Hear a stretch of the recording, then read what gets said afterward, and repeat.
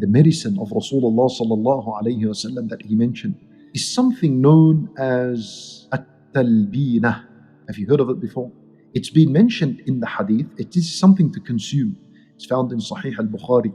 Aisha radiyallahu anha, she says, whenever one of her relatives died, they would give condolences, then they would disperse, everyone would go, except her relatives and close friends. And she would order for a pot of talbina to be cooked.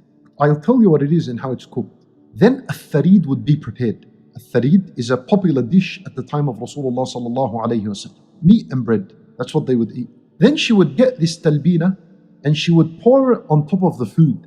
And she would say, eat from this food, eat from this talbina. For I heard the Messenger sallallahu alayhi wasallam say that at-talbina soothes the heart of the patient, of the sick, and relieves him from some of his sadness and his worry and his depression. This is a prophetic remedy. What is at-talbina? It's mentioned as a therapy for people that are experiencing bad emotion, depression, anxiety, stress. At-talbina, it comes from the word laban. Laban means yogurt. So basically what it is, it's barley flour.